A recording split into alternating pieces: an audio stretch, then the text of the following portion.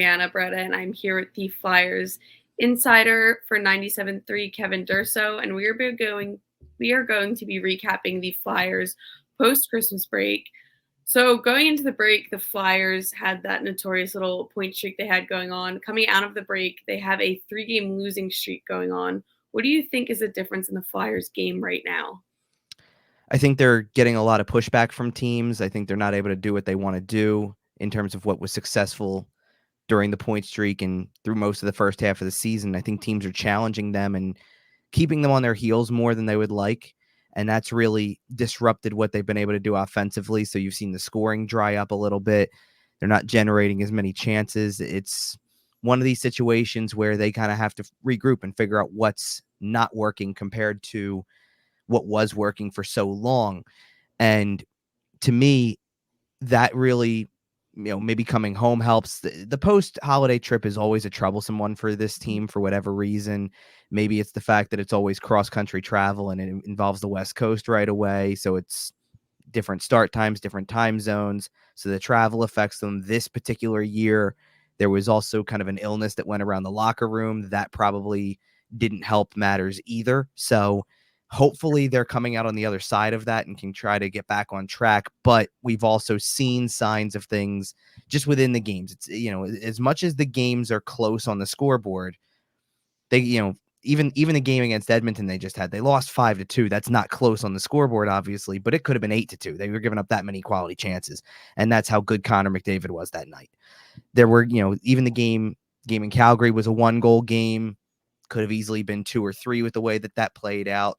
The Seattle game, they were on their heels for the entire third period. That could have gotten out of hand instead of turning into a 2-1 overtime loss. So they've held their ground to keep some of these games close on the scoreboard, but they've really been outplayed for all 3 games on the losing streak to this point, and they really need to kind of rein that in if they want to keep this kind of magical run they've been on through the first half going.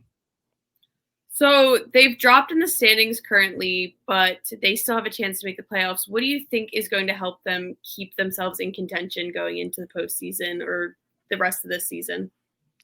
I think doing the things that have worked to this point in the season and worked for them so well. It's really about getting back to the foundation of your style of play.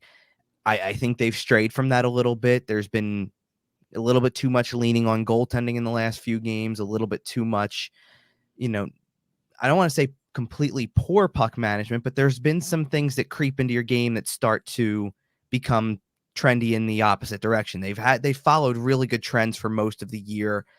And I think the thing that really stands out to me is how much this was forecasted by John Tortorella, because he talked about after the point streak was over immediately, 9 games in a row with points going pretty much right up against the break. And the first game that they don't get points, he immediately jumps into that's how you have to win in the next half of the season is tighter checking. It's forechecking. You can't just rely on high speed transition game to win games. And he jumped right into that and almost forecasted what came after the break, because every game they played turned into that style where you're not going to win this game based off of just transitional play. They did win in Vancouver that way because they created a couple turnovers, 3 quick goals. You get a win in Vancouver, but they really only got a handful of those kinds of rushes in Seattle. They scored on one of them shorthanded, but that was all the offense. The same thing happened with Calgary. And in Calgary, they didn't score near enough. 1 goal off the rush, and then it was 2 goals with the net empty that kept the game close, but they really struggled to generate then. The same thing happened in Edmonton. A couple of goals that came off of the rush, but it dries up pretty quickly when the other team's pushing way more.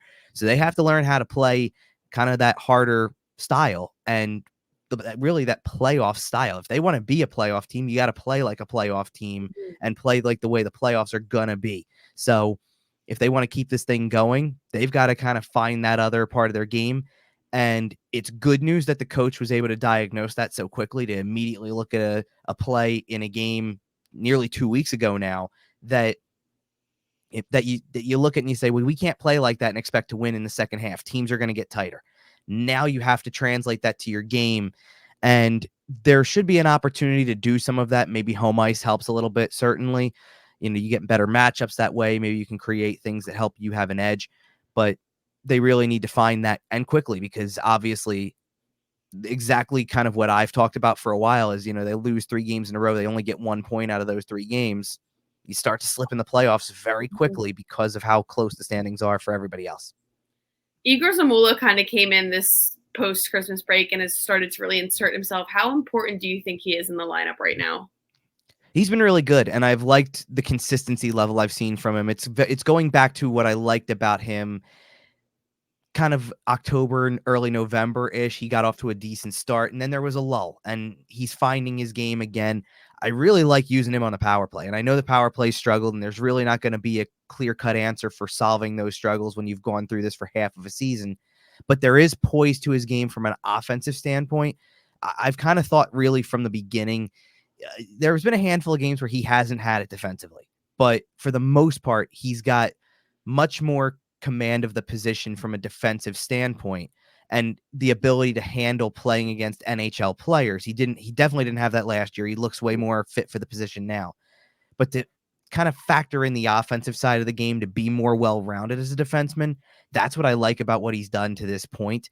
And especially lately, like, he's becoming more and more of a player at this point that for right now, and this could change quickly, it could change in a matter of a week, but for right now, I can't see taking him out of a lineup. Like, he was part of kind of this rotation. Maybe Mark Stahl comes in and plays and he comes out. Now I don't know how you do that, because right now he's playing with a consistency level, and he's mildly helped your power play. Obviously, there's a lot of things that could help your power play at this point. They're dead last in the league in that area, but he's helped it in terms of, he created it. He scored a goal on the power play in Vancouver. He scored a 6-on-5 goal against Calgary. That's things that show that he's fit for that kind of role and could at least bring something that other guys on the roster aren't at the moment. So I like the use of him there, and I would hope to continue to see him not only used in an increased role special teams wise, but in general, give him more ice time if he's handling it well, because having guys who feel confident in their decisions and have poise, that's going to go a long way down the stretch in a potential playoff race. And that's a good test for him, too, as a younger guy on this group. They've got everybody else who's mostly veterans at this point. Rasmus Ristolainen's been through seasons where you see what happens when it turns to January, February. By this point, Travis Sanheim has been. This is going to be an experience for both Zamula and guys like Cam York, who haven't gone through runs where you're trying to make a playoff push, to see what they can handle as teams really up the level of intensity as we get down the stretch of the season. So their next 2 games are at home. How important do you think these games are right now for their season? Well, it depends on how you want to look at the season. So if we're talking playoff picture, these next couple games are very important, because they could fall right out of the playoff picture as soon as the next game they play, essentially. Obviously it may not happen that night, but any idle time that you have between games, that could disrupt everything. You don't win, you don't get points, it's going to knock you out pretty quickly. So I don't like using the term must-win games, especially in January. I think it's way too early for that type of stuff. But at the same time, if you want to look at the playoff picture and you see how teams are approaching the Flyers in the standings and maybe coming closer to knocking them out of one of those wild card spots, then you want to beat a team like the Columbus Blue Jackets, who are at the bottom of the division. You want to beat a team that's in that spot.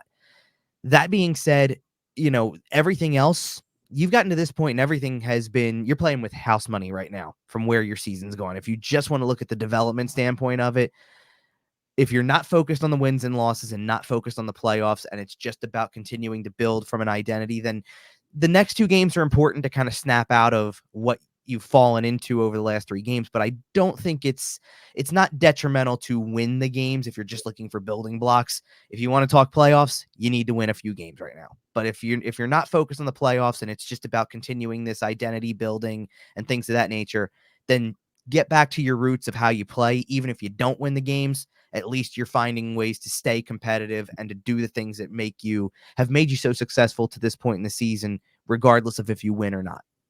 So focusing on their game tonight, what do you think that is looking like for them right now? It's an interesting game, because I know what the standings say. Columbus is at the bottom of the division, and yet they've played teams really hard the last several weeks. I believe it's points in 5 of their last 7, despite the fact that 3 of them are overtime losses. They haven't won a ton of games from December 1st on, and yet they play really competitive games, and they make it tough for teams. I think that at this point, they might be embracing where they are as well in terms of, they're not making the playoffs. They're not going to be a team that's successful, but they're young. They've got younger players. They're hoping to take steps in that direction.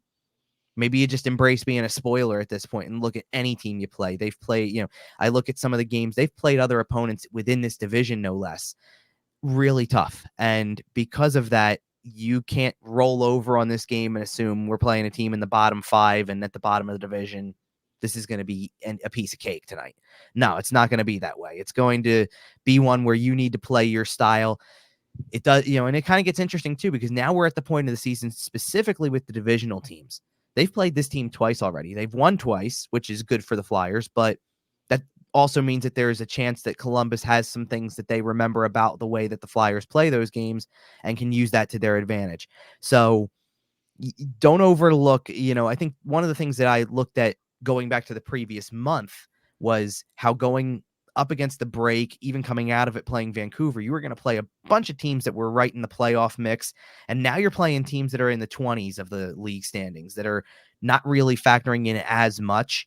And yet those can be the toughest games for you right now because there's kind of been a slight change in expectation. You've been in the playoff picture the entire season, and now you're playing teams that are pretty well out of it. People are going to assume the Flyers should win these games and bolster their standings position and find a way to be in this picture for more of the long haul. And I think you can't overlook those things. You have to play to your strengths. You have to play the way that you've played to keep you in that position, because there's an element where you're not good enough to play. Like we saw the way that the Edmonton Oilers played the Flyers. You're not good enough against a team with those types of superstars to just rest on the fact that, they're worse in the standings than you are. Columbus has talent. They're going to, they have guys, Johnny Gaudreau's obviously the headliner from a veteran standpoint. I look at Adam Fantilli, who's this, this rookie who's going to be around for a long time for them. And you have to take those guys into account and know that you can't just assume that this is a cakewalk for you for the next few weeks against not only Columbus, but the teams that come up again. Calgary's below them in the standings. They're going to play Pittsburgh again. Montreal's lower in the standings. You've got teams that it looks like you should be able to beat. Maybe this could be a huge homestand for you. But if you come in acting like this is an assumed thing, it's not going to go well. And if it doesn't go well, you're going to be joining those teams and be in their company very quickly if that's the way it goes. You can't afford to lose 3 out of 4 on a homestand right now if you want to continue to talk about being among the playoff teams. So that's why this game is so critical, is because just because it's a team at the bottom of the standings, you have a chance to play a team that doesn't necessarily have packed the punch that playing a Vancouver does, or some of these other games are going to play later this month. But you do want to make sure that you take care of business, and maybe that's an opportunity to find your way again from your style that has worked so well all year. So the full game preview will be on 97.3 ESPN. Updates will be on the Instagram, and we will be back next week with another recap.